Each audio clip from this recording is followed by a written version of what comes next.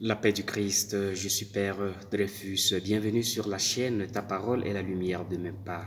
Ce dimanche, nous célébrons le 18e dimanche du temps ordinaire A. L'Église nous propose les textes suivants pour notre méditation. La première lecture est tirée du livre des prophètes Isaïe au chapitre 55, les versets 1 jusqu'au verset 3. La deuxième lecture est tirée de la lettre de Saint Paul l'apôtre aux Romains au chapitre 8, les versets 35 jusqu'au verset 39. L'évangile est selon Saint Matthieu au chapitre 14, les versets 13 jusqu'au verset 21. De nouveau, l'Église nous propose des textes bibliques pour notre méditation.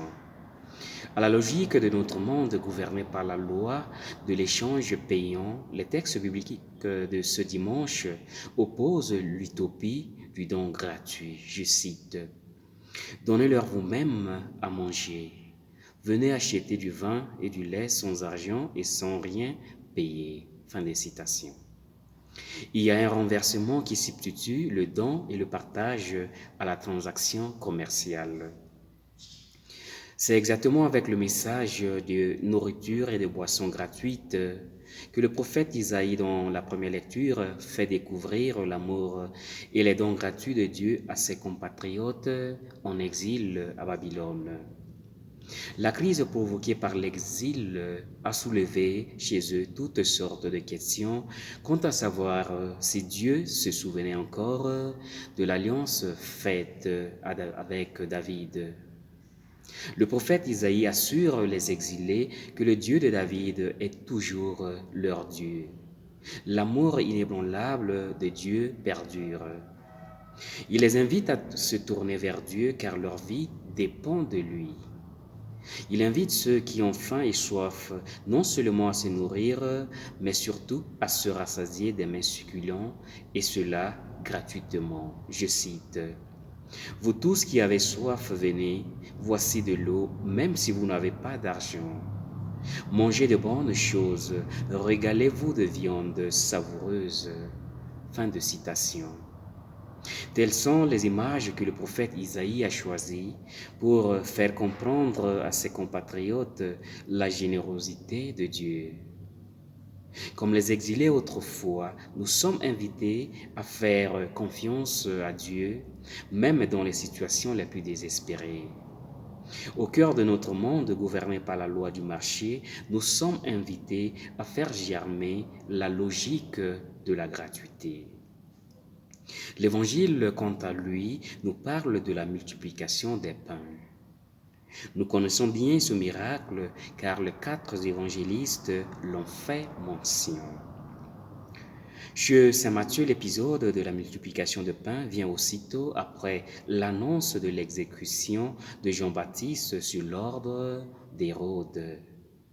Il raconte la mort de Jean-Baptiste et il conclut, je cite, « Les disciples de Jean vinrent prendre le cadavre et l'ensevelir, puis allèrent informer Jésus. » Fin de citation.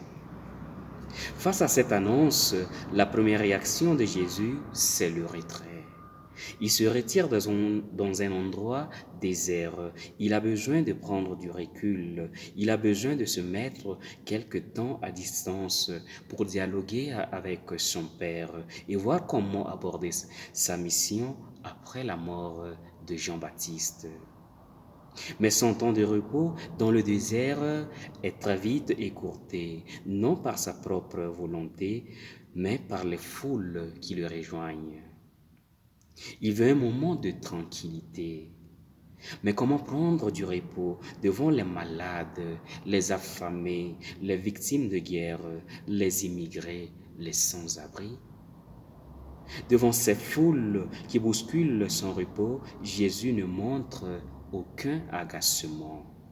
Il ne les renvoie pas chez eux, mais bien au contraire, il fut saisi de pitié. Il les instruit et il les guérit. À la tombée de la nuit, les disciples disent à Jésus, je cite, « Renvoie la foule, qu'ils aillent dans les villages s'acheter à manger. » Fin de citation.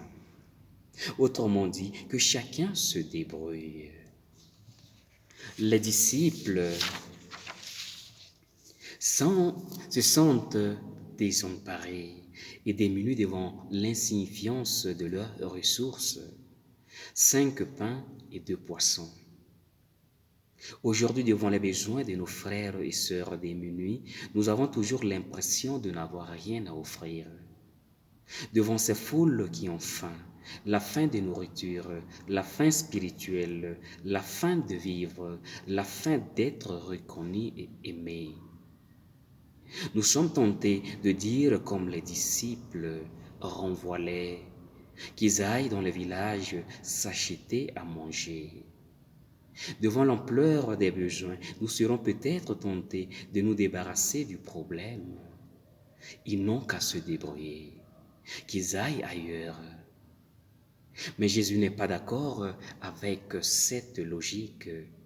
À ses disciples qui veulent se débarrasser de ces foules, il répond, je cite, « Donnez-leur vous-même à manger ». Fin de citation.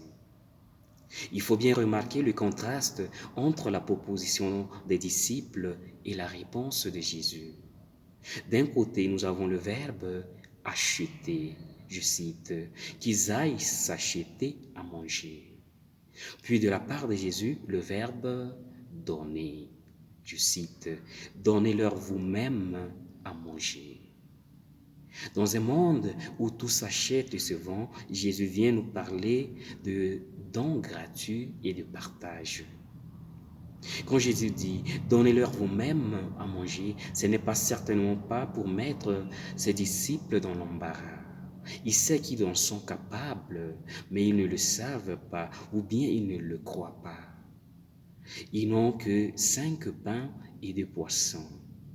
Certes, c'est infime, mais lorsque le peu qu'on a est donné en passant par Jésus, la relation qu'il s'établit prend des dimensions incalculables.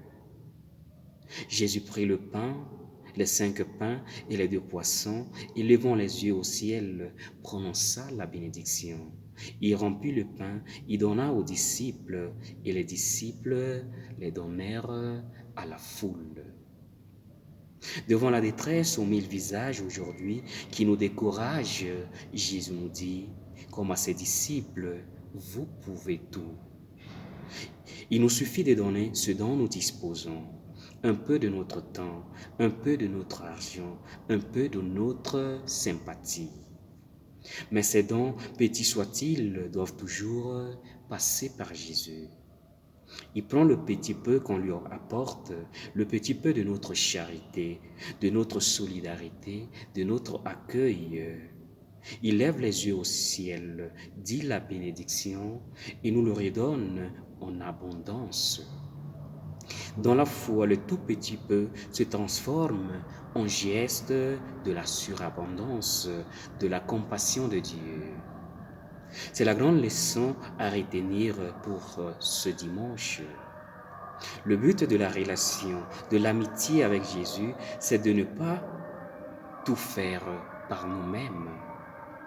C'est aussi de ne pas attendre de tout avoir pour commencer quelque chose, pour poser des gestes de charité. Aussitôt après le repas, Jésus renvoie les foules. Il n'essaie pas de les maintenir, de dire aux gens, maintenant, c'est fini, je vous ai rassasié, vous êtes en mon pouvoir, vous êtes sous ma coupe. Jésus n'assujettit pas les personnes à travers ses gestes de charité et de miséricorde. Il redonne toujours la liberté à ceux qui accourent vers lui pour lui présenter leurs difficultés. C'est une interpellation pour nous qui voulons toujours que les démunis, les pauvres s'accrochent à nous parce que nous sommes leurs bienfaiteurs. Que le Seigneur nous aide. Pour ceux et celles qui ne se sont pas encore abonnés à la chaîne, je vous invite à le faire en cliquant sur s'abonner. Que le Seigneur vous bénisse.